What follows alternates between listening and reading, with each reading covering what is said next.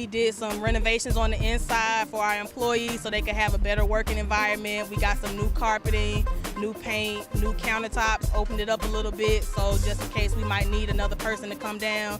If we have a lot of customer traffic, we can get them in and out as quickly as possible without overwhelming whoever's inside working. Well, now we have 3 lanes instead of 1 lane. We have a new drop box.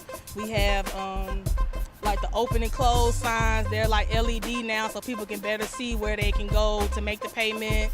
It was just time to modernize the facility. We know East Point is growing, so we just want to be able to keep up with the amount of customers that we're going to have coming in, making payments, and we also wanted to make it a little more convenient for the customers to come down and pay so they don't have to always go inside.